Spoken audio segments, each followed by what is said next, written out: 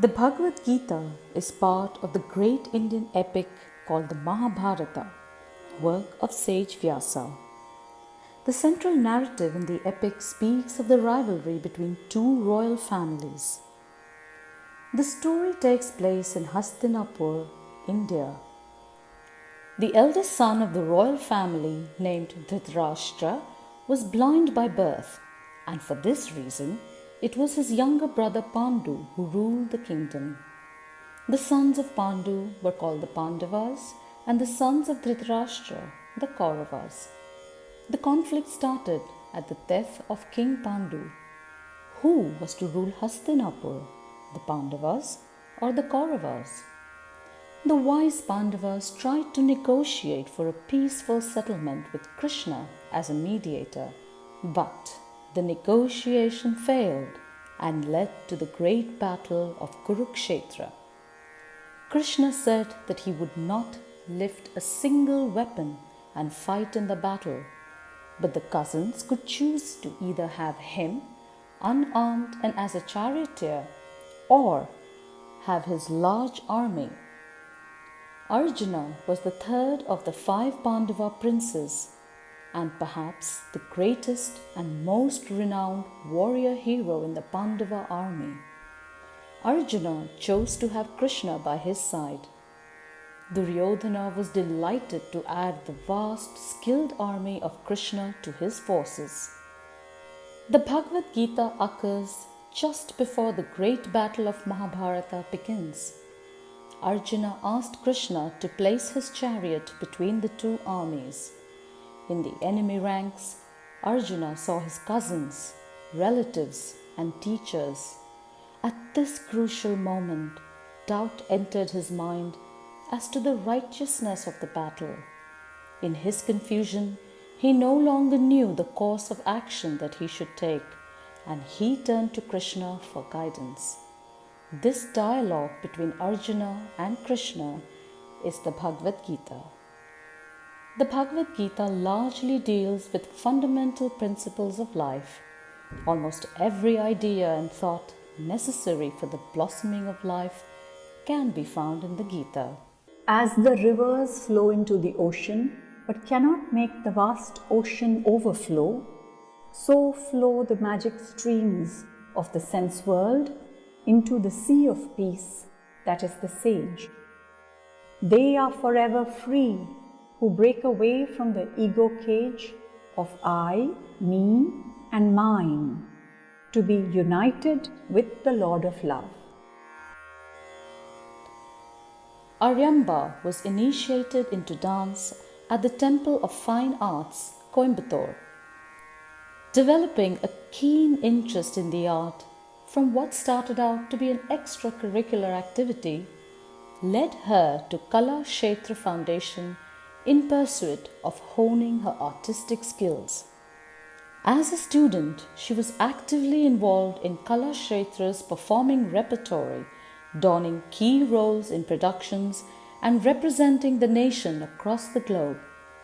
In recognition, she was judged all-rounder and best outgoing student of her post-graduation batch.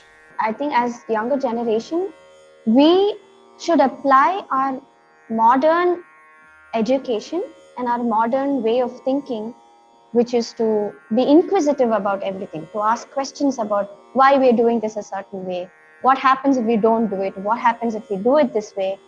And that inquisitiveness, I think, would be extremely good for the nation itself, not just for the classical arts, but for the culture as a whole, because what we have lost, and I feel as the modern generation, why we see a difference between Indian culture and why we don't practice it today as it was practiced maybe a few hundred years ago, was because we don't see the science behind it.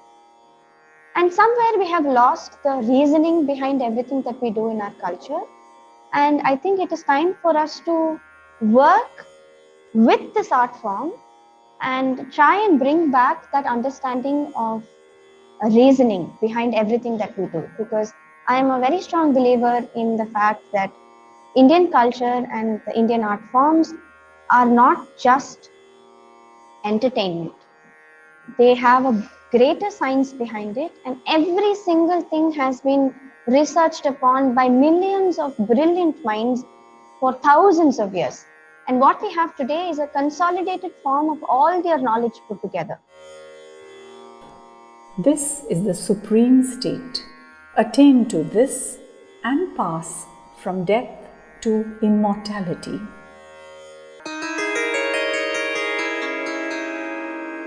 In this episode, our speakers coincidentally zeroed in on the one fundamental value from the Bhagavad Gita that was closest to their hearts and that which they wished to share with the youth: authenticity. In order to be successful in any business or even in just in life, I've realized that the most important ethics that we have to follow is being authentic. Just being my real best self. For 22 years, Dr. Ranjani Manian has spread intercultural business understanding among foreign direct investors via global adjustments. She currently focuses all her energy as the Founder Chairperson of Global Adjustments Foundation, empowering young Indian women to maximize their potential. She mentors and educates them on a variety of life skills. In today's world of so much competition and comparison, it is these aspects that take us down a slippery slope, isn't it? When we focus on being excellent at what we do and we remain authentic to ourselves, then I find that the world opens up and gives you what you need. So for instance, when I started a business working with 400 companies from all over the world, I could speak French and Japanese and Spanish and I was happy to do that. But I always dressed Indian, right? And I was thinking, no, they won't take me seriously. So I went and bought some Western suit and tried to dress very Western, removed my dot on the forehead. And I really was very uncomfortable in my skin.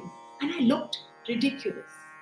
So you know what I had to do? I had to realize that I have to build my own brand. My brand is as I am. It is this sari, it is a big bindi, a pottu as we call it, on the forehead. And I was able to go up to serve even on the Women's Leadership Board at Harvard to do it. Because I realized that I was comfortable if I built my own authentic brand.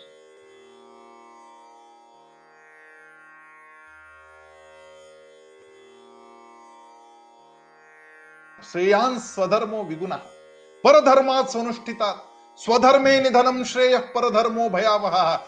What is dharma here? It has nothing to do with religion.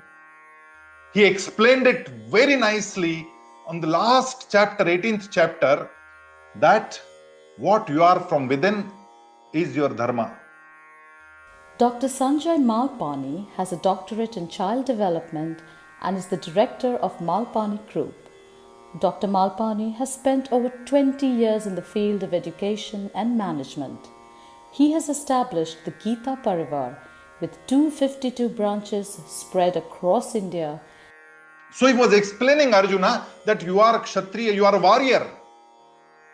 Don't run away. You don't need to go and do sannyasa. There is no need. Whatever you are doing selflessly is sannyasa. So karma and karma yoga, there is a small difference. Whatever you are doing, do with a broader purpose. Do with a broader purpose. Don't just do it for yourself. If you are just cooking for yourself, that is karma. And if there is a paradigm shift and you just think that you are doing for everybody, that time it becomes karma yoga. There is a small difference between karma and karma yoga. That karma yoga becomes service. This is the basic teaching of Bhagavad Gita, because when we do it only as work, we are selfish. But when do it as service, we are selfless. If I am doing a business, I have to give something to my society as well. So that time that work becomes collective. It doesn't remain personal work for you. If you're doing just for you, you say, Mama, mera, mine, it's mine, it's mine. No, nothing is yours. Just work brings you anger, but the service energizes you. That is the beautiful part of karma and akarma. Just work might make you rich, but prosperity comes with the service. And there is vast difference between richness and prosperity. So I was rich even before, but now I am prosperous, I tell you. Everyone can serve the world by trying to do their best from being a living example. If we think about Lord Vivekananda addressing the Congress, in the early 1900s, rather, he really inspired many people just by his being. So, as they say, change yourself and the world changes. Vani Kola is an Indian venture capitalist. She is the founder and managing director of Kalari Capital, an Indian venture capital firm. She was listed as one of the most powerful women in Indian business by Fortune India in 2014. Vani Kola was born in 1964 in Hyderabad, Andhra Pradesh, in India. She studied engineering and was one of the only 6 girls among 400 engineering students. She left to pursue her studies in the United States. The first thing is the authenticity of self and, willingness then to share that with the world. I think that's really where truth can become boundaryless, right? And so, this boundaries of geography or, what you're born into, if we have to surpass that, then it can only be done with, authenticity and effort. We all have to live not just for ourselves, but we have to live for a larger purpose of giving. And in fact, when we discover joy of giving, and that doesn't mean just financial, by the way, giving of your time, giving of your emotions, giving,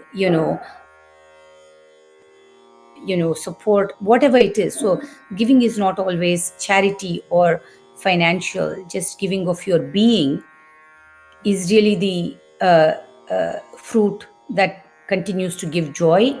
And discover that, and not late but early in life.